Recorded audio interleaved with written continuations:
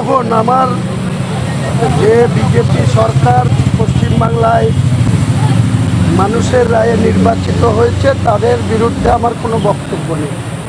কিন্তু আমরা দীর্ঘ 17তম বিধানসভায় যে বিজেপি বিরোধী আসনে ছিল, যে শাসক দল মমতা বন্দ্যোপাধ্যায়ের নেতৃত্বে এখানে শাসকের নামে দলতান্ত্রিক এবং প্রশাসনিক ব্যবহার করে যে সমস্ত ক্রিমিনালদের প্রশ্রয় দিত, আমরা লক্ষ্য করলাম রেজিনগর বিধানসভায় 4ঠা মে গণনা সমাপ্ত হওয়ার সঙ্গে সঙ্গেই সেই সমস্ত আমি যেখানে রেজিনগর বিধানসভায় বিজেপিকে 59,000 ভোটে হারিয়েছি আর তৃণমূলকে 81,000 ভোটে হারিয়েছি। সেই বিধানসভায় আমি জোড়া আসনে জেতার জন্য আমাকে রেজিনগর রিজাইন দিতে হয়েছে, যেখানে রাজ্যের মুখ্যমন্ত্রী স্বয়ং নন্দীগ্রাম এবং ভবানীপুরে জিতেছিলেন, তিনি নন্দীগ্রাম ছেড়েছেন, আমি রেজিনগর ছেড়েছি একই দিনে 15ই মে 2026। দুঃখজনক ঘটনা, যারা মমতা বন্দ্যোপাধ্যায়ের ছত্রছায়ায়, তিনি পুলিশ মন্ত্রী, তিনার ছত্রছায়ায় রেজিনগর বিধানসভার রেজিনগর থানা, শক্তিপুর থানা, বেলডাঙ্গা থানা, 3টে থানায় পড়ে। বেলডাঙ্গা থানার 3টে অঞ্চল পড়ে রেজিনগর বিধানসভায়, শক্তিপুর থানার 5টা অঞ্চল পড়ে, রেজিনগর থানার 6টা অঞ্চল পড়ে। টোটাল 14টা অঞ্চল নিয়ে রেজিনগর বিধানসভা। অত্যন্ত দুঃখজনক ঘটনা যে যারা পুরনো বিজেপি বা যারা বিজেপির আদর্শে রাজনৈতিকভাবে লড়াই করে বাংলার মানুষের কাছে যারা 2,93,00,000 ভোট পেয়েছে, 22টা আসনের মধ্যে যারা 8টা নির্বাচিত হয়েছে, তাদের সঙ্গে আমার কোনো দ্বন্দ্ব নেই। কিন্তু যারা 4ঠা মে পর্যন্ত তৃণমূলের গুন্ডা ছিল, তৃণমূলের তোলাবাজ ছিল, তৃণমূলের পুলিশকে প্রশ্রয়ে মস্তানি করত, তারা আজকে আশ্চর্যজনকভাবে সেখানকার বিজেপির নেতাদের ধরে সেই সমস্ত মস্তান গুন্ডা তোলাবাজরা আবার বর্তমান মুখ্যমন্ত্রী তথা স্বরাষ্ট্রমন্ত্রীর অন্তর্গত যে রেজিনগর, শক্তিপুর, নওদা, বেলডাঙ্গা এসব থানায় পুরনো বিজেপিদের নিয়ে কোনো সমস্যা নাই, নির্বাচিত যারা হয়েছে এই সরকারকে কোনো সমস্যা নাই। কিন্তু আমরা যে লড়াইটা তৃণমূলকে হারানোর জন্য, তৃণমূলকে গদিচ্যুত করার জন্য যে লড়াইটা গত ডিসেম্বর থেকে 2026-এর এপ্রিল মাসের 29 এপ্রিল পর্যন্ত যাদের বিরুদ্ধে লড়াই করেছিলাম, আজকে আমাদেরকে তাদেরকে আবার ফেস করতে হচ্ছে। তারাই আবার বর্তমান পুলিশ মন্ত্রীর অধীনে যে সমস্ত থানাগুলো আছে, নওদা, রেজিনগর, বেলডাঙ্গা, শক্তিপুর, এই থানায় সেই সমস্ত মদপান্ডায়, যেটাকে বলা যায় পুরনো বোতলে নতুন মদ, সেরকম সেই সমস্ত তৃণমূলের গুন্ডা, বদমাইশ, তোলাবাজ, তারা বর্তমান পুলিশ মন্ত্রীর ছত্রছায়ায় আমাদেরকে নোংরাভাবে অ্যাটাক করছে, নোংরাভাবে আমাদের রাজনৈতিক বিরোধিতা আছে, থাকবে। রাজনৈতিকভাবে সেখানে বাই ইলেকশন হবে, নন্দীগ্রাম হবে, রেজিনগর হবে, সেখানে বিজেপি তাদের প্রার্থী দেবে, লড়াই হবে, সেটা নিয়ে কোনো সমস্যা নাই। কিন্তু যে সমস্ত গুন্ডারা মমতা ব্যানার্জির ছত্রছায়ায় থেকে আমাদেরকে আক্রমণ করত, আমাদের সঙ্গে নোংরামি করত, তারাই আজকে শুভেন্দুবাবুর ছত্রছায়ার পুলিশের প্রশ্রয় পাচ্ছে। এটাই গণতন্ত্র অত্যন্ত বিপজ্জনক। তাই আমি সেখানে আমার রেজিনগর বিধানসভায় আমার একটা কর্মী সভাতে আমি এটা বলেছি যে যদি তারা মনে করে থাকে যে বর্তমান পুলিশ মন্ত্রীর আন্ডারে যে সমস্ত থানাগুলো রয়েছে আমার বিধানসভায়, সেই থানাগুলোর অফিসাররা যদি এখন পুরনো তৃণমূলের গুন্ডা মস্তানদের প্রশ্রয় দেয়, তাহলে সংঘর্ষ এখানে অনিবার্য হবে। সেই জায়গাতে আমি কোনো কম্প্রোমাইজ করব না, এটাই বলেছি। আমার ব্যক্তিগতভাবে বিজেপির বিরুদ্ধে কোনো বিষাদগার করা বা বিজেপির যে বর্তমান ক্ষমতাসীন দল সেই দলের বিরুদ্ধে আমার কোনো বক্তব্য নেই। কিন্তু যারা তৃণমূলের হয়ে গুন্ডাগিরি করলো, যারা তৃণমূলের হয়ে আমাদের সঙ্গে নষ্টামি করলো, গুন্ডামি করলো, আপনারা সবাই দেখেছেন কিভাবে সেখানে আমাদের কথা গ্রাহ্য না করে বারবার আমাকে শোকজ করা হয়েছে, ওয়ার্নিং নোটিশ দেওয়া হয়েছে। সর্বশেষ 4 ডিসেম্বর 2025 আমাকে সাসপেন্ড করা হয়েছিল। আজকে সেই সমস্ত নেতারা ব্যাকডোর দিয়ে কেউ অপোজিশন লিডারের ছত্রছায়ায় কি পৌরসভা, কি পঞ্চায়েত, কি পঞ্চায়েত সমিতি, কি জেলা পরিষদ, সেই এলাকা থেকে যারা তৃণমূলের নির্বাচিত তারা আজকে বিজেপির ছত্রছায়ায় চলে এসছে নিজেদের পিঠ বাঁচানো আর নিজেদের অ্যারেস্টের ভয়ে। তারা পিছন দিক দিয়ে বিজেপির পতাকা ধরে আমাদের সঙ্গে পাঙ্গা নিচ্ছে। এফআইআর আইনের পথে চলবে। যদি আমি কোনো অপরাধ করে থাকি বা কোনো জায়গায় কোনো গুন্ডামি করে থাকি, নিশ্চয়ই আইন তো কারো উঠবে না, আমিও আইনের ঊর্ধ্বে না। আইনের প্রতি সম্পূর্ণ আস্থা আছে, জুডিশিয়ালের প্রতি সম্পূর্ণ আস্থা আছে। আমরা রাজনৈতিক ক্যারিয়ারে দীর্ঘ 34 বছরে সিপিএমের আমলে 27টা কেস খেয়েছিলাম। একটা কেসেও প্রমাণ হয়নি যে আমরা কোনো অপরাধী আনুষ্ঠানিকভাবে। সমস্ত কেস থেকে ক্লিন চিট পেয়েছি। 2016 থেকে 2026 10 বছরে তৃণমূলের গভর্নমেন্টেও আমি প্রায় 7টা কেস খেয়েছিলাম। সেই সব কেসেও আজ পর্যন্ত প্রমাণিত হয়নি যে হুমায়ুন কবির কোনো গুন্ডাগিরি করে বা কারো উপরে কোনো অন্যায় অত্যাচার করে বা জুলুম করে বা কোনো সাম্প্রদায়িক সম্প্রীতি বিঘ্নিত ঘটায়। এরকম কোনো প্রমাণ হুমায়ুন কবিরের বিরুদ্ধে তৎকালীন প্রশাসন আনতে পারেনি। আমি আশা করছি বর্তমান প্রশাসনও সেটা প্রমাণ করতে পারবে না। কিন্তু আপনার বক্তব্য নিয়ে বিজেপির নেতারা এবং হিন্দুত্ববাদী সংগঠনের নেতারা বলছেন যে একজন মুসলিম আইডেন্টিফাই করা হচ্ছে, আপনি একজন মুসলিম নেতা হিসাবে, মুসলিম বিধায়ক হিসাবে এই ধরনের উস্কানিমূলক বক্তব্য রাখছেন এবং মুসলিম সমাজের একটা অংশ বলছেন যে আপনি এইভাবে যে মুসলিমদের নিয়ে রাজে করতে নামবো বলে মুসলিম সমাজকেই কলঙ্কিত করছেন, মুসলিম সম্প্রদায়ের একটা শ্রেণীও বলছেন। যেসব মুসলিম সমাজের লোকরা আপনাকে বলেছে তার কাছে আমার প্রশ্ন, যখন দিলীপ ঘোষ রাজ্যের মন্ত্রিসভার সদস্য তিনি যখন বলেন যে মুসলমানদের নামাজ পড়তে গেলে মুসলিম কান্ট্রিতে যেতে হবে ভারতবর্ষে, তখন এই সব তথাকথিত মুসলিমরা আপনার কাছে কোনো রিয়াকশান দেয় কি বা দেওয়ার মতো ক্ষমতা রাখে কি? কাজে এই সমস্ত তেজপাতাদের কোনো প্রশ্নের উত্তর আমি দেব না। বুঝতে পারলেন? বিল আসছে, একটা হচ্ছে গুন্ডা দমন বিল আর একটা হচ্ছে অ্যামেন্ডমেন্ট বিল। এই অ্যামেন্ডমেন্ট বিলটা সরকার করেছিল, সম্পত্তি বাজেয়াপ্ত হবে, এই বিলটা দুটো কীভাবে দেখছে? নিশ্চয়ই গুন্ডা দমন বিল নিয়ে আমার এখানে কোনো রিয়াকশন বা কোনো বক্তব্য নেই।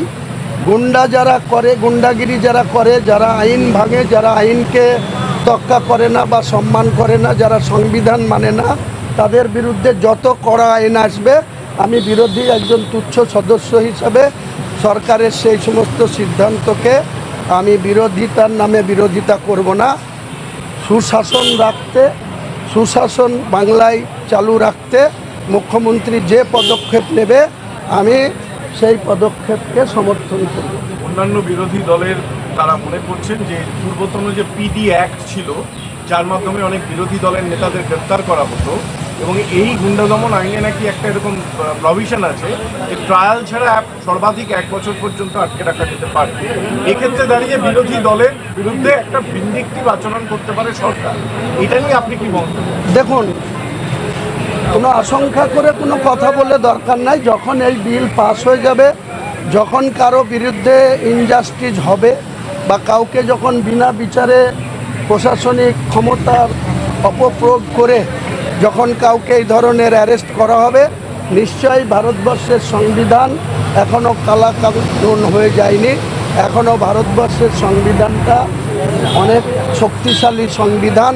সেই সংবিধানের উপরে ভিত্তি করে কোনো বিরোধী বিনা অপরাধে যদি কাউকে জেলে পোড়া হয় বা কাস্টডিতে আটকে রাখা হয়, নিশ্চয়ই আমরা রাস্তায় নেমে আন্দোলন করব এবং বিনা কারণে যদি কারোর উপরে জুলুম হয়, অত্যাচার হয়, অত্যাচারী ভিকটিমের পাশে থাকবো, এটুকু বলতে পারি। আপনার মন্তব্য নিয়ে আজকে বিধানসভায় একাধিক বিজেপির বিধায়করা তারা আপত্তি করলেন এবং শঙ্কর ঘোষ জানালেন মুখ্যমন্ত্রী এই ব্যাপারে অবগত আছেন এবং এই বিল পাস হওয়ার পরে তিনি এই বিষয়ে মন্তব্য করবেন। নিশ্চয়ই মুখ্যমন্ত্রীর প্রতি আমারও আস্থা রয়েছে। ওনারা যেটা বলছে যে আমি নাকি মুখ্যমন্ত্রীকে চ্যালেঞ্জ করেছি, এটা সম্পূর্ণই মিথ্যা কথা।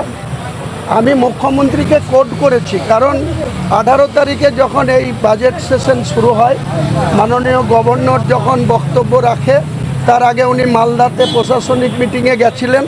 সেখানে মুর্শিদাবাদের বিধায়কদের সময় কম ছিল, কারণ ওনার বিমান ধরার ব্যাপার ছিল, ওনার হেলিকপ্টার ধরার ব্যাপার ছিল। তাই তিনি বলেছিলেন 18 তারিখে মাননীয় গভর্নরের ভাষণের পর আমাদের মুর্শিদাবাদের সব বিধায়কদের, কি বিজেপি, কি সিপিএম, কি কংগ্রেস, কি এজিপি, সবাইকে নিয়ে বসবেন বলেছিলেন। সেটা বসেও ছিলেন। সেখানে আমি বলেছিলাম যে আপনার সরকার মানুষের রায়ে আপনি মুখ্যমন্ত্রী হয়েছেন, এ নিয়ে আমাদের কোনো সমস্যা নেই, আগামী দিনেও থাকবে না। কিন্তু সমস্যা মুর্শিদাবাদে, যেখানে জিরো টলারেটের সরকার তিনি দাবি করছেন, যেখানে উত্তর 24 পরগনা, ডায়মন্ড হাবড়া, পশ্চিম মেদিনীপুর, পূর্ব মেদিনীপুর, 2 বর্ধমান, নদিয়া পর্যন্ত জিরো টলারেট চলছে। কিন্তু মুর্শিদাবাদে আশ্চর্যজনকভাবে যারা চোরের নায়ক, যারা মমতা বন্দ্যোপাধ্যায়ের নেতৃত্বে চুরি করলো, লুট করলো, সমস্ত সরকারি কোষাগার ভাঙলো, তারা কটা অ্যারেস্ট হয়েছে? তারা আজকে 8 আর 8 মিলে গিয়ে 16 হয়ে গেছে। কাজে আমাদেরকে প্রশাসন বলছে পদ্ম ফুল আর জোড়া ফুল এক হয়ে গেছে, আমরা কি করব? তাহলে বলুন আমরা কোথায় যাব, কার কাছে বলবো? তাহলে এই মমতা বন্দ্যোপাধ্যায়কে পরাস্ত করার জন্য আমিও যেমন গলা ফাটিয়েছিলাম, তেমনি 4.5 বছরে বিরোধী আসনে বসে আজকের মুখ্যমন্ত্রী শুভেন্দু অধিকারীও মমতার বিরুদ্ধে যে কোনো মিটিং মিছিল করতে গিয়ে তাকে বারবার হাইকোর্টে যেতে হয়েছে। আজকে আমরা আশ্চর্যজনকভাবে মুর্শিদাবাদে সেই জিরো টলারেটের কোনো নমুনা আমরা দেখতে পাচ্ছি না। সেখানে গিয়ে থমকে গিয়েছে। প্রশাসন আমাদেরকে বলছে যে জোড়া ফুল আর পদ্ম ফুল এক হয়ে গেছে, আমরা কী করব? তাহলে সেটা নিশ্চয়ই মুখ্যমন্ত্রী, যদি আমার কোনো অন্যায় দেখে, আমি যদি কোনো মুখ্যমন্ত্রীকে কটু কথা বলে থাকি, আমি নিশ্চয়ই নবাগত বিজেপি যারা 4ঠা মে গণনার 4টের পরে যারা ক্রিমিনাল অ্যাক্টিভিটি, যাদের তৃণমূলের হয়েছিল, যারা তৃণমূলের হয়ে ভোট লুট করব বলেছিল, 2 মাস 3 মাস আগে থেকে হুমকি দিয়েছিল, আমি তাদের উদ্দেশ্যে সাটা ভাঙার কথা বলেছিলাম। তখন এই বিজেপির যারা নবাগত বিধায়ক, তাদের খুব ভালো লেগেছিল। তারা বলেছিল আপনার ডায়লগের উপরে আমরা অনেক শক্তি পেয়েছি, তাই আমরা আজকে এখানে 208 নিয়ে আসতে পেরেছি। আজকে আমি যখন সেই নবাগত বিজেপি যারা তৃণমূলের ক্রিমিনাল অ্যাক্টিভিটির সঙ্গে যুক্ত, তোলাবাজির সঙ্গে যুক্ত, লুটের সঙ্গে যুক্ত, তারা প্রশাসনের সাপোর্ট পাওয়ার জন্য আজকে আমার সঙ্গে সংঘর্ষে লিপ্ত হচ্ছে। আমি বলেছি এদের পরোয়া করি না, প্রয়োজন হলে আমি আমার জনতা উন্নয়ন পার্টির 98% সমর্থক তো মুসলিম, আপনি ক্ষমা চাইবেন? কোনো প্রশ্নই নেই। আমি ক্ষমা চাওয়ানোর মতো কোনো কথা বলিনি, ক্ষমা চাওয়ানোর কোনো প্রশ্নই নেই। আপনার বিরুদ্ধে একদিকে বিধানসভা, অন্যদিকে আইনত ব্যবস্থা চলছে, মানে এফআইআর হয়েছে আপনার বিরুদ্ধে। এফআইআর তো হয়েছে, এফআইআর বহরমপুরে হয়েছে, ইংলিশ বাজারে হয়েছে, শক্তিপুর, রেজিনগরে যে প্রশাসন আছে তারা সমটু কেস করেছে। আইনের পথে চলবে। বিধানসভাতে নিন্দা করা হয়েছে। হ্যাঁ, করতেই পারে, সেটা তারা ক্ষমতায় আছে, তাদের মেজরিটি সদস্য আছে, তারা নিন্দা প্রস্তাব আনতে পারে, আমাকে সাসপেন্ড করতে পারে, স্পিকারের সে অধিকার আছে।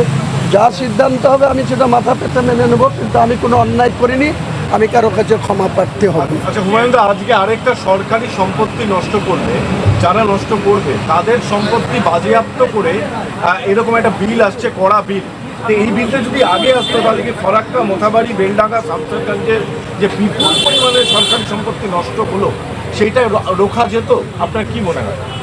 যে ঘটনা মোথাবাড়িতে ঘটেছে, যে ঘটনা ওই অরঙ্গবাদে বা শামশেরগঞ্জে ঘটেছে, বেলডাঙ্গাতে ঘটেছে, এই ঘটনার জন্য সরাসরি তৎকালীন সরকারের প্রশাসন দায়ী, তাদের জনপ্রতিনিধি যারা এমপি এমএলএ ছিল তারাই দায়ী।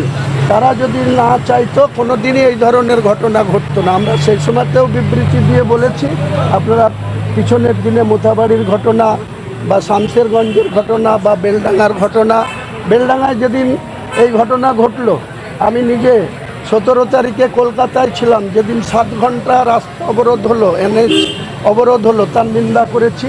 এবং পরের দিন যখন আবার 16 তারিখে শুক্রবারে 7 ঘন্টা রাস্তা অবরোধ হয়েছিল, 17 তারিখে আমার ডোমকলে মিটিং ছিল আর অভিষেকের মিটিং ছিল বহরমপুরে। আমরা যখন রাস্তা দিয়ে 21টা গাড়ির কনভয় নিয়ে যাচ্ছিলাম, তখন ইচ্ছাকৃতভাবে সেখানকার পুলিশ প্রশাসন, সেখানকার আইসি বেলডাঙ্গা এবং সেখানকার উচ্ছৃঙ্খল তৃণমূলের কর্মীরা আমাদেরও পথ আটকিয়েছিল, আমাদেরকেও মিটিংয়ে না যেতে দেওয়ার পরিকল্পনা করেছিল। আমরা সেখানে নিজে নেমে সেই অবরোধ সরিয়ে আমরা সেখানে ডোমকল দিয়েছিলাম, কিন্তু পরবর্তীকালে দেখলাম যে তারা আবার উচ্ছৃঙ্খলতা করলো এবং একই দিনে 30 জনকে গ্রেপ্তার হতে হয়েছিল। পরে আরও 6 জন, টোটাল 36 জন। পরে সেই মামলাকে বেলডাঙ্গা পিএস থেকে এনআইএকে ট্রান্সফার করা হলো। আইনের পথে চলবে, যে কোনো অপরাধমূলক কাজের সঙ্গে যারা যুক্ত থাকবে তাদের আইনগতভাবে কড়া শাস্তি দেওয়া হোক, আমার তাতে কোনো আপত্তি নেই। এই অভিন্ন দিওয়ানি বিল যেটা আসতে চলেছে, এটা আলোচনা চলছে, পরে আসবে, এটাকে কিভাবে দেখছেন? বিজনেস অ্যাডভাইজারি কমিটি গত 25 তারিখে হয়েছিল, আমি ছিলাম না। আজকেও আবার বিজনেস অ্যাডভাইজারি কমিটির মিটিং কল করা হয়েছে। আমিও বিজনেস অ্যাডভাইজারি কমিটির একজন সদস্য।